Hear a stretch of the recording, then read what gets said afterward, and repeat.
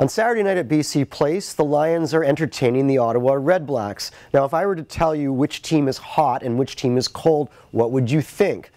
You might be surprised. Gord, holder of the Ottawa Citizen, is here joining me, as is Lowell Ullrich from his home in North Van. We start with Gord in Ottawa. Gord, the Ottawa Redblacks appear on paper to be a terrible team at 2-11, but they've had a couple of close losses, and last week they beat the Winnipeg Blue Bombers. Have they turned the corner? Is this a better team than it appears?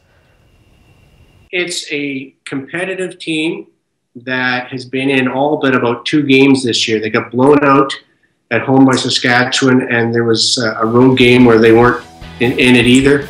One road game, but the other 11 games they've been in, and they've had leads in probably half of them.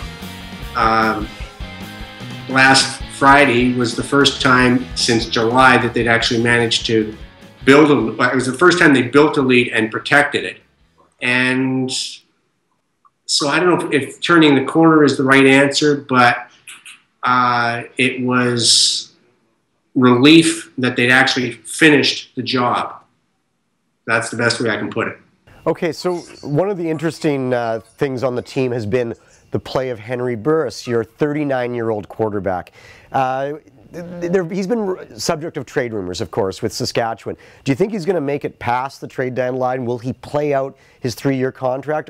Or will the Redblacks turn to young Thomas DeMarco, who, of course, used to be a BC Lion? Well, right now, Thomas DeMarco is not an option. He's at home in the United States, recuperating from knee surgery. Henry Burris will be here past the trade deadline, and I would bet that he'll be here next season as well, because past Henry Burris, their next option is Danny O'Brien, who's got 6 completions in his CFL career. Up until 3 weeks ago, I had as many completions as Danny O'Brien. So it's and with this team is 2-11. But Henry Burris has played pretty well, and I don't think that it would be a lot tougher than it has been if Henry Burris wasn't the quarterback of this team. So I'm going to move on to LU. Lowell Ullrich is at his home in North Vancouver. LU, we discovered that the Ottawa Citizen started the Ottawa Redblacks, franchise history in paper by writing their name out in all caps, which of course is the way the Ottawa Redblacks spell their name. They yell it out, Redblacks.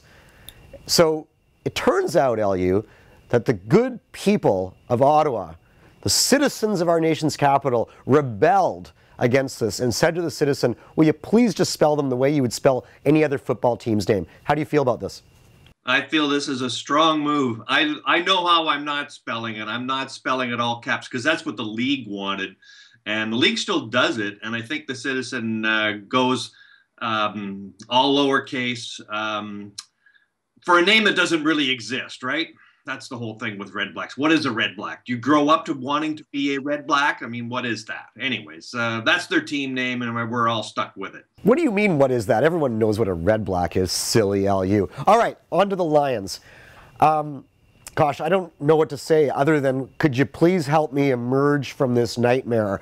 I watched that game against Hamilton the other night. Painful. I mean, fine to watch the defense, but my God, you almost don't want the offense to come on the field.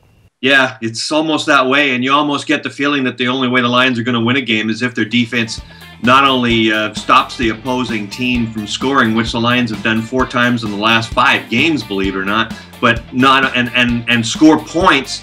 But I mean, which they did last week against Hamilton as well. They got a touchdown from Josh Johnson on an interception. So I mean, they're doing everything they can. What they're not doing is not performing on offense. What they're not doing is performing on special teams. It's a lot of little things right now that's really causing this team problems.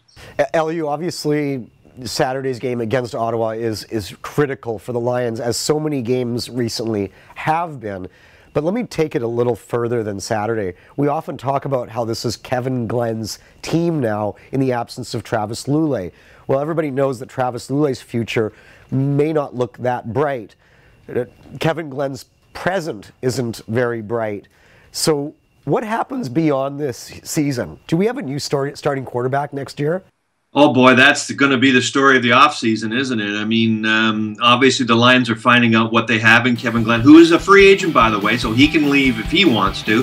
The Lions have to make a decision on Travis Lulay, not knowing the state of his health. He's obviously, as people know, last week he decided not to have surgery, try to rehab it, and come back this year. So the Lions are going to want to have him back, I'm sure, but only at a reduced price on a playtime bonus kind of basis. So they are really caught in a dilemma. And that's right now they're spending a lot of time at practices giving more reps to Travis Partridge, the 24-year-old rookie who hasn't gotten into a game, but they want to know whether or not this kid has a future, because if it's not, they're going to have to go out and get somebody else. And in the next couple of weeks, you will see a quarterback here after the Lions come back after a bye week, so he can compete with both Partridge and John Beck.